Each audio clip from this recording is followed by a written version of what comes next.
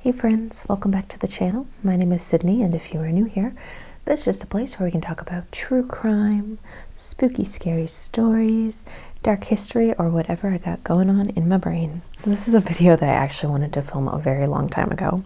I've had the script ready since about mid-October, but time is just slipping away from me these days. So today I thought that we would dress up in our spooky attire and talk about some haunted dolls. Before we get into it too much, I just kind of want to talk about dolls or haunted dolls or dolls with spirits, things like that, as more of a general topic before we get into these specific dolls. A lot of people do believe that dolls can really be vessels for spirits to attach to, and that's the reason that they become haunted, that sometimes you can see them move or you get like a certain feeling from them. If you like this topic, if you are like super interested in it like I am, then you really need to go check out Loie Lane's videos on them. She's made a lot of different videos documenting her own experience with her haunted doll that she bought, but also talking about haunted dolls as well. Anyway, let's get into today's video. So the first doll we're going to be talking about today is a Kiku. This doll was bought in 1918 by a young man traveling through Japan, and his name was Akichi Suzu, and he bought this doll for his 2-year-old sister. This doll stood at about 1 foot tall, and it had a short bob and a beautiful kimono. And this young girl, when she got this doll, she loved it. She played with it all the time, and she really cherished this doll until about a year later when she fell ill and died. The family placed this beloved doll on a homemade altar that they made for the young girl, and the doll sat there for a while before the family started to notice that the doll's short bob was beginning to grow. By the time the family noticed, Akiku's hair was down to about shoulder length, and this really fueled the family's belief that their daughter was somehow inside the doll. When the family had to move from their home in 1938, they gave a Kiku to a local temple where she still sits to this day. And when they dropped her off at the temple, her hair had grown down to her knees. According to one of the priests that lived at the temple, a Kiku came to him in a dream and asked him if he could trim her hair and keep it nice and neat. And when the priest woke up from the dream, he felt that he needed to do this for her. And after this point, that priest continued to periodically trim her hair and keep it at a manageable length. Some visitors and people that are familiar with a Kiku say that at some points you can see her mouth slowly opening and closing, revealing a set of teeth. And to me, this evidence alone kind of shows that there's definitely something strange about this doll, and that it's true that there might be a spirit within the doll. So with most things that have to do with paranormal or things that we can't really explain, people have really tried to understand why a Kiku's hair grows, because it really doesn't make sense. Some people explain Kiku's hair growth as just the glue on her hair and on her head kind of just loosening over time, and that's what's making it appear to grow. But that being said, usually within a doll's head, like it's a hollow usually head, and the hair is like stuffed inside, and it's usually about twice the length of the hair on the outside. So like if it's this much on the outside, it's going to be this much on the inside. But her hair has been growing now for over 100 years, and it's definitely twice the length that would be inside of the doll's head. So to me, this theory doesn't really make sense.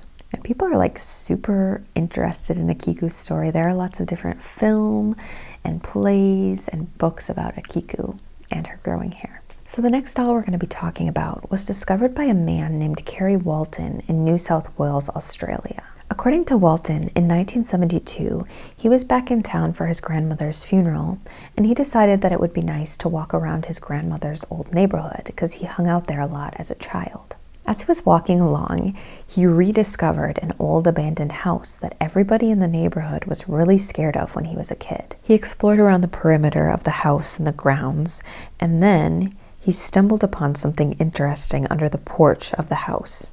And don't ask me why he was under the porch of the house, because I would not be anywhere near that house. Kerry had stumbled upon a doll, and this doll was big, like child-sized big. And it was wooden, had big brown eyes, human-like hair, and very sneering features. So Kerry packed up all of his things, including the doll, but allegedly, once the trunk was closed, Carrie could hear a bunch of rustling sounds and a little voice that seemed to say, "Let me out." And so that is how the name Leta the doll, came to be. Back home in Brisbane, Leta continued to cause trouble for not only Carrie, but the entire Walton family. Carrie's children said that they could hear the doll moving around, and at some points the entire family had witnessed the doll moving on its own. Not only that, but markings appeared on the bottom of Leta's shoes that matched markings on the floor that definitely made it seem like Leta was moving around the house on its own free will. The family and people that were around Leta reported feeling nauseous and very emotional around the doll. And on top of that, animals seemed to be very, very freaked out by Leta. Dogs especially would snarl and growl and try to attack the doll whenever they saw it. At this point, Carrie decided that he should probably know more about this doll and its history, so he brought Leta to a professional, and they were able to determine that the doll was over 200 years old and that the hair on its head was actually most likely human hair. Carrie also found out that there was a spirit of a young boy trapped within the doll. This boy had apparently drowned, and the local gypsies put his soul within Leta. But let's get to the fun stuff, right? Leta is actually famous. He has his own Facebook page, and he's been on many different talk shows, and he travels around a lot. Carrie and Leta, they're like a dynamic duo. Why don't you just get rid of the doll? You found it in the base of a house 25 years ago. Why don't you just get rid of it? I can't.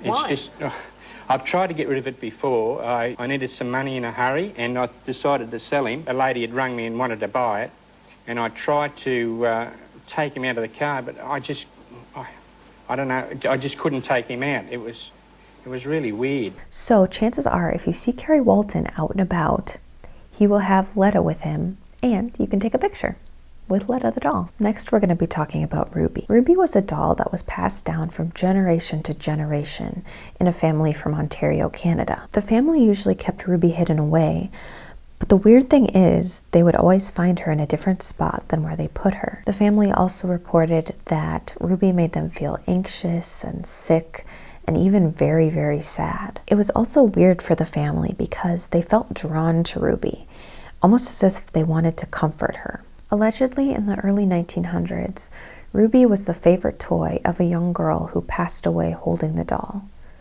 The family believes that the young girl's spirit is trapped within the doll. At one point, the family did try to get rid of the spirit within Ruby by contacting a medium, but that didn't really seem to do much at all. The family finally decided to give Ruby away to the Traveling Museum of the Paranormal and Occult, and that's where Ruby is to this day. Visitors can actually touch and hold Ruby, which from what I understand through my research is probably the best thing for Ruby.